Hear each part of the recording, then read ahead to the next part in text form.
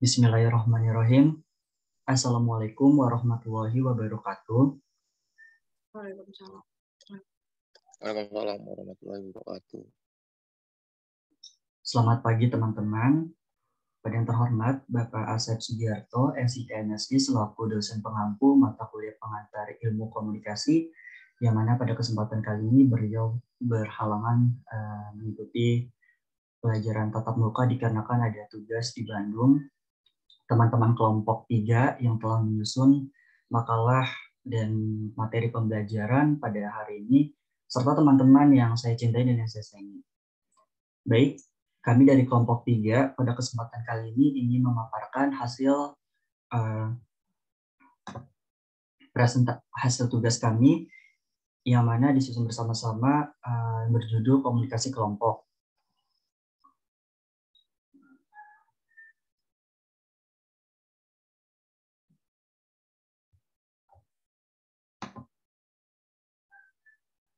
Oke, baik. Di sini saya izin memperkenalkan diri terlebih dahulu anggota kelompok dari kelompok 3. Yang pertama ada saya sendiri, Dian Yusuf selaku moderator pada kesempatan kali ini. Yang kedua ada Eri Sena, yang ketiga ada Kenny Direspati, yang keempat ada Hikmatullah, yang kelima ada Mutia Aulia Panadita, yang keenam ada Asil Kanja. Oke, baik, langsung aja kita masuk kepada materi pertama. Oke, pada slide ini akan dibacakan oleh Saudari Dita. Kepada Saudari Dita dipersilahkan. Pengertian kelompok. Kelompok adalah sekumpulan orang yang mempunyai tujuan bersama yang berinteraksi satu sama lain untuk mencapai tujuan bersama, mengenal satu sama lain, dan memandang mereka sebagai bagian dari kelompok tersebut. Didi Mulyana, 2005.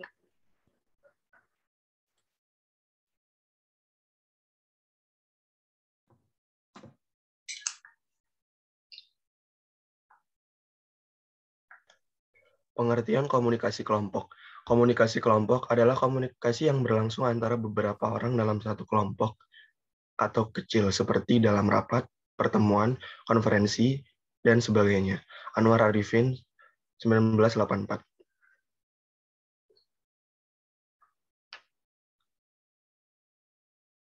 B. Curtis, James Floyd, dan Jerry Windsor menyatakan komunikasi kelompok terjadi ketika 3 orang atau lebih bertatap muka. Dan ketiga ilmuwan tersebut menjabarkan sifat-sifat komunikasi kelompok sebagai berikut. Yang pertama, kelompok berkomunikasi melalui tatap muka. Kedua, kelompok memiliki sedikit partisipan. 3, kelompok bekerja di bawah arahan seorang pemimpin. 4, kelompok membagi tujuan atau sasaran bersama. 5, anggota kelompok memiliki pengaruh atas satu sama lain.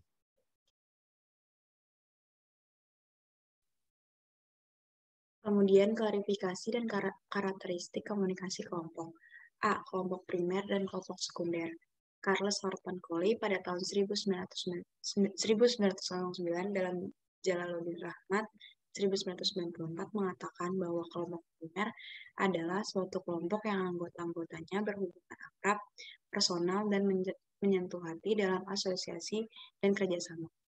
Sedangkan kelompok sekunder adalah kelompok yang anggota-anggotanya berhubungan tidak akrab, tidak personal, dan tidak menyentuh hati kita.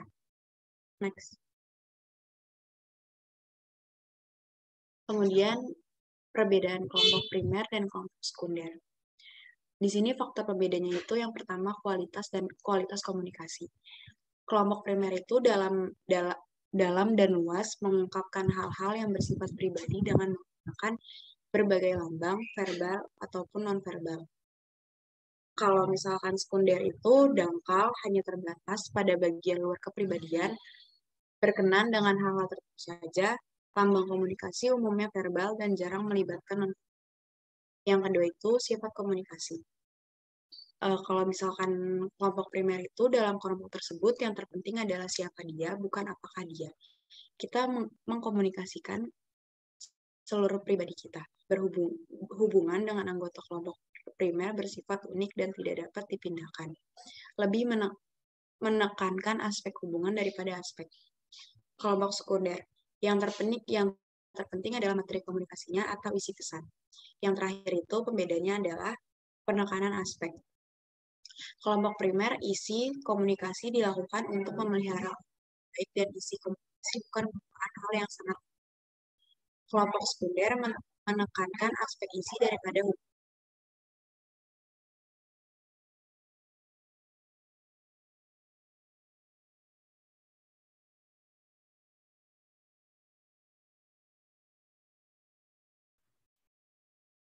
Lalu ada kelompok deskriptif dan kelompok perspektif.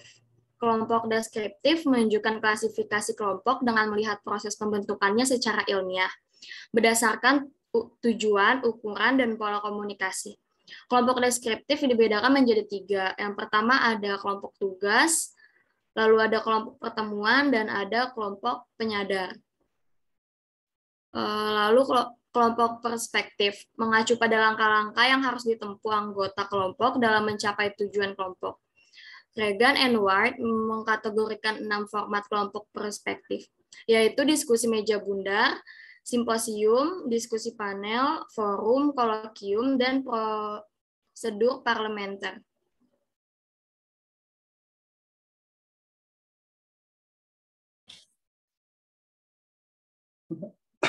Pengaruh kelompok pada perilaku komunikasi. Yang pertama itu ada konformitas. Konformitas adalah perubahan perilaku atau keyakinan dalam suatu kelompok norma sebagai akibat dari tekanan kelompok nyata atau imajiner. Yang kedua ada fasilitasi sosial, fasilitasi dari bahasa Prancis.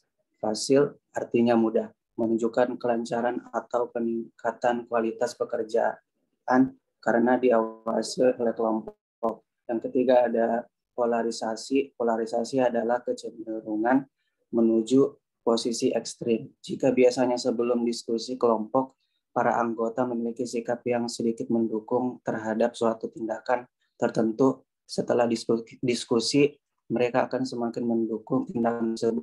Sebaliknya, jika sebelum diskusi anggota kelompok agar menentang suatu tindakan tertentu, setelah diskusi mereka akan menentang lebih keras.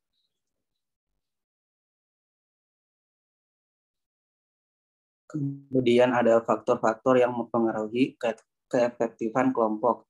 Anggota-anggota kelompok bekerja sama untuk mencapai 2 tujuan. Yang pertama ada melaksanakan tugas kelompok, yang kedua ada memelihara moral anggotanya.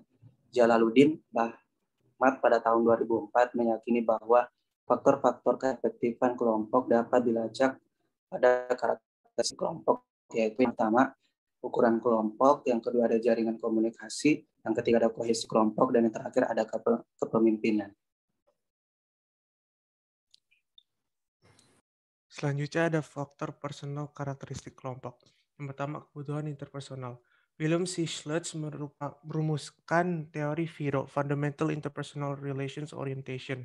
Menurutnya, orang menjadi anggota kelompok karena didorong oleh 3 kebutuhan interpersonal, yaitu ingin masuk menjadi bagian kelompok atau inclusion, ingin mengendalikan orang lain dalam tatanan hierarkis atau kontrol.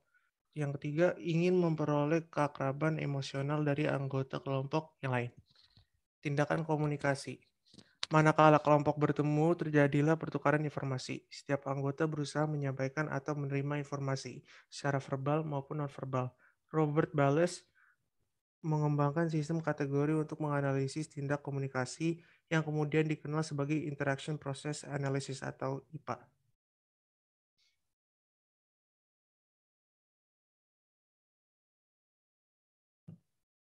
Yang terakhir, peranan.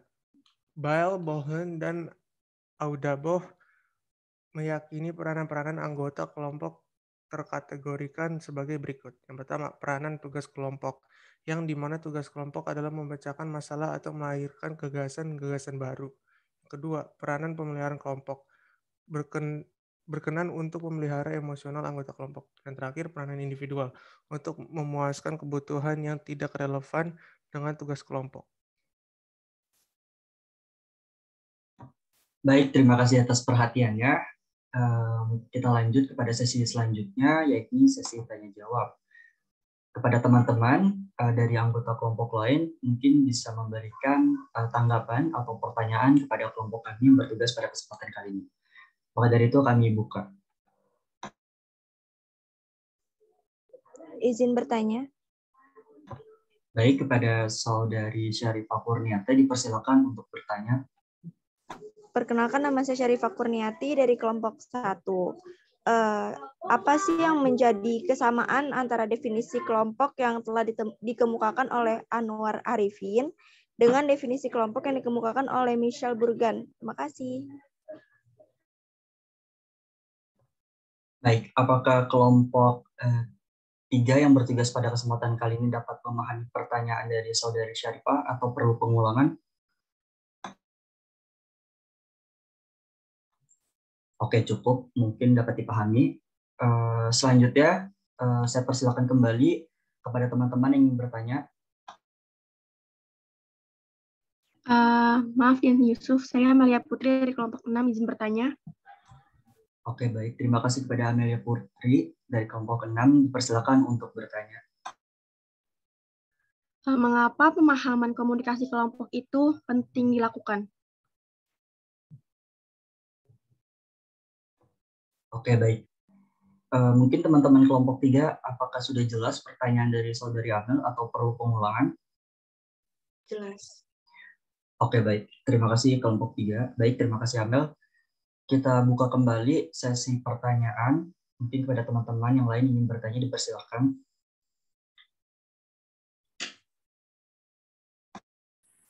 Moderator izin bertanya. Oke, baik. Kepada Saudari Azahra August, dipersilakan. Saya Zara dari kelompok 2, izin bertanya. Berikan contoh dari komunikasi kelompok. Terima kasih. Oke, baik. Terima kasih, Azahra. Apakah pertanyaan dari Azahra sudah cukup jelas atau perlu pengulangan kepada kelompok 3? Baik, cukup. Mungkin sudah cukup jelas. Kita membuka kembali sesi pertanyaan. Mungkin kepada kelompok lain yang ingin bertanya, dipersilakan. Saya izin bertanya, moderator. Baik, dipersilakan Saudari Salsabila. Kenalkan, nama saya Salsabi Rizkina Putri dari kelompok 4. Saya izin bertanya, bisa tolong disebutin apa saja kelebihan dan kelemahan bekerja dalam berkelompok? Terima kasih. Oke, baik. Terima kasih kepada Saudari Salsabil telah memberikan pertanyaan kepada kelompok 3. Mungkin teman-teman dari kelompok 3, apakah pertanyaan dari Saudari Salsabil sudah cukup jelas atau perlu pengulangan? Oke, baik. Mungkin sudah cukup jelas Saudari Salsabil. Kita lanjut kembali pertanyaan terakhir mungkin ya dari teman-teman. Baik, saya persilahkan. Moderator izin bertanya. Baik, Saudari Nitra, dipersilahkan. Perkenalkan, saya Nitra Anida Desvara dari kelompok 4, ingin bertanya kepada kelompok 3. Pertanyaannya, di dalam komunikasi kelompok, terdapat faktor-faktor yang mempengaruhi keefektifan kelompok. Menurut Jalaluddin Rahmat, salah satunya kepemimpinan. Bisa kelompok 3 jelaskan seberapa penting kepemimpinan dalam sebuah komunikasi? Terima kasih. Baik, terima kasih kepada Saudari Nitra Anida. Mungkin kepada teman-teman, apakah pertanyaan dari Nitra sudah dapat dipahami atau mungkin perlu pengulangan?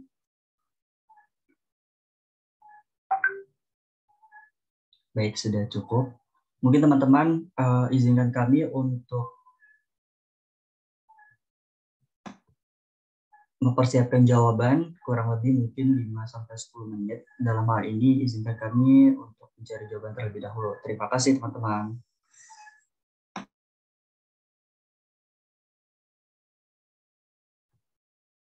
Oke teman-teman, terima kasih sudah mau menunggu kami dari kelompok 3 untuk mendiskusikan hasil dari jawaban atau tanggapan dari teman-teman yang bertanya. Mungkin saya akan membahas kembali pertanyaan yang diberikan teman-teman kepada kami dan langsung akan dijawab oleh kelompok kami. Oke, yang pertama itu ada dari Syarifah dari kelompok 1. Syarifah bertanya, kurang lebih pertanyaannya, apa yang menjadi kesamaan definisi kelompok yang dikemukakan oleh Anwar Arifin dengan definisi kelompok yang dikemukakan oleh Michael Burgon. Pada hal ini mungkin akan dijawab oleh saudari Asil. Kepada saudari Asil, dipersilakan. Izin menjawab pertanyaan dari Syarifah. Jawabannya itu kedua definisi komunikasi kelompok yang dikemukakan oleh Anwar Arifin dengan definisi kelompok yang dikemukakan oleh Michael Burgon mempunyai kesamaan, yakni adanya komunikasi tatap muka, peserta komunikasi lebih dari dua orang, dan memiliki susunan rencana kerja tertentu untuk mencapai tujuan kelompok. Terima kasih. Apakah sudah cukup?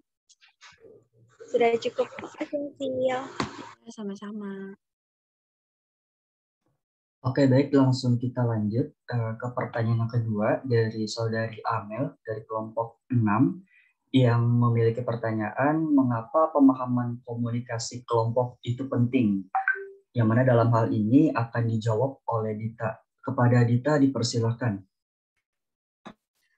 Izin menjawab pertanyaan Amel, kenapa komunikasi kelompok itu penting?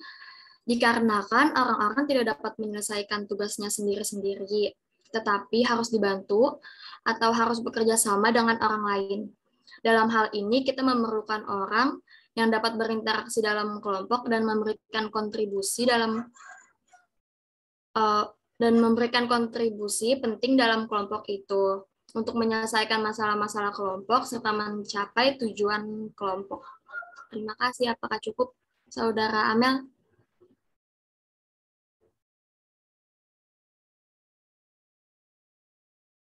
Iya, mohon maaf, Dita. Tadi ada kesalahan sinyal. Makasih penjelasannya, bisa dimengerti.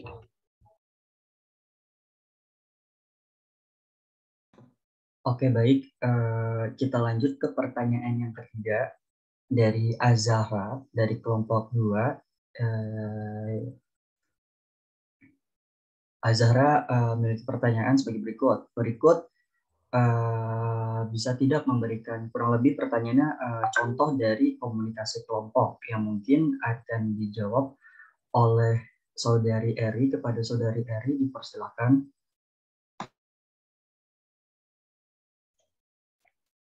Baik, izin menjawab pertanyaan dari Azahra. Contoh dari komunikasi kelompok yang pertama ada kelompok guru sedang berkomunikasi langsung dengan kelompok siswa mengenai pelajaran ekonomi. Yang kedua, kelompok petani berdiskusi sambil berkomunikasi dengan kelompok pelatih petani berkualitas. Yang ketiga, kelompok pengusaha berdiskusi dengan kelompok klien mengenai saham di perusahaannya.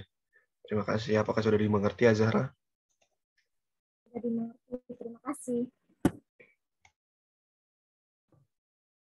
Oke, baik, kita lanjut ke pertanyaan berikutnya dari saudari Salsabil dari kelompok 4. Oke, yang mana pertanyaannya sebagai berikut. Apakah kelebihan dan kelemahan bekerja dalam kelompok? Yang pada kesempatan kali ini akan dijawab oleh Kenny, mungkin. Baik, saya akan menjawab pertanyaan dari Salsabil. Kelebihan bekerja dalam kelompok itu lebih kuat. Kekuatan gabungan orang-orang yang bekerja dalam kelompok membuahkan hasil yang lebih baik daripada bekerja sendiri, lebih kreatif. Dalam suatu kelompok ada banyak informasi pendukung sehingga suatu ide yang kecil bisa dikembangkan menjadi sebuah ide yang besar. Yang terakhir, lebih banyak belajar. Pada saat bekerja dalam kelompok, seseorang bisa sekaligus belajar. Pada saat mengemukakan ide atau pendapat, ia belajar mengungkapkan pendapatnya sendiri. Lalu kelemahannya bekerja dalam kelompok, satu, membutuhkan waktu lebih lama. Setiap keputusan memerlukan pendapat dan komentar dari anggota dan hal itu membutuhkan waktu yang relatif lebih lama. Yang kedua, kemungkinan didominasi individu. Keinginan untuk mendominasi tersebut membuat mereka mengecilkan hati anggota lain dalam memberikan kontribusi yang mungkin bermanfaat. Dan terakhir, mengandalkan satu individu. Dalam kelompok, kemungkinan seorang untuk memberikan kontribusi yang kecil atau bahkan sama sekali tidak memberikan kontribusi karena mengandalkan individu yang lain. Bagaimana, sudah cukup stabil jawabannya? Oke, baik. Terima kasih jawabannya sudah bisa dipahami.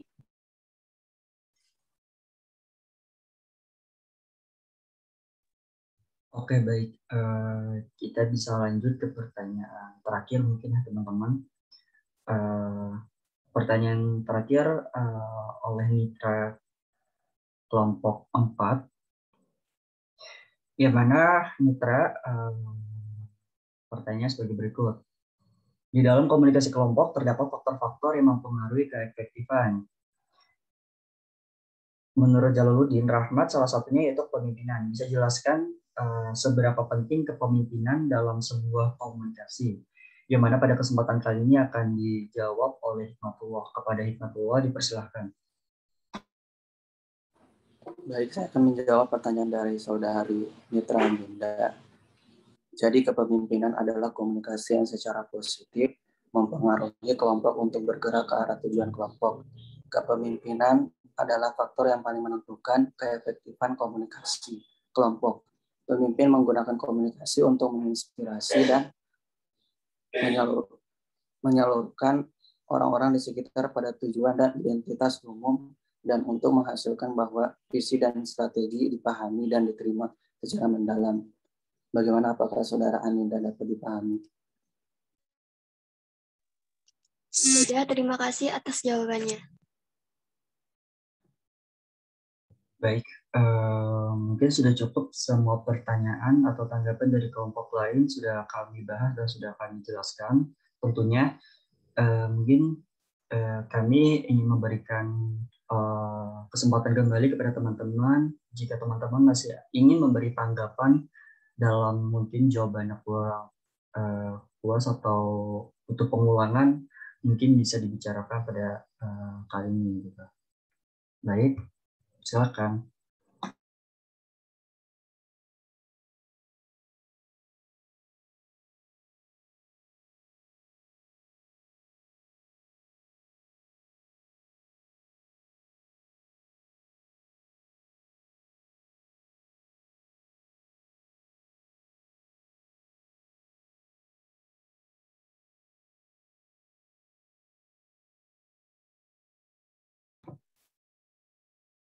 Oke, mungkin sudah cukup pemaparan atau pembelajaran tatap muka pada pagi hari ini.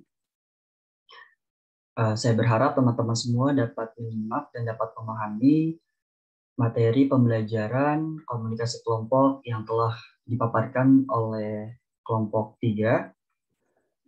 Saya selaku moderator, Dian Yusuf, mewakili teman-teman dari kelompok 3, izin pamit diri. Selamat pagi. Wassalamualaikum warahmatullahi wabarakatuh.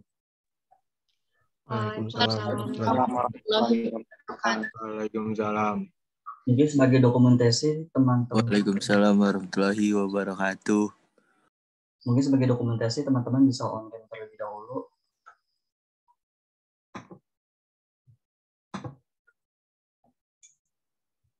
Baik, langsung saya dari slide 1.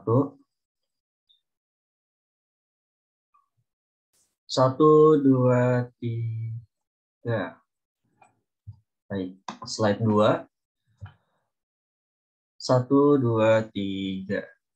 Baik, terima kasih teman-teman. Kurang lebih mohon maaf. Sekali lagi kami tutup. Wassalamualaikum warahmatullahi wabarakatuh.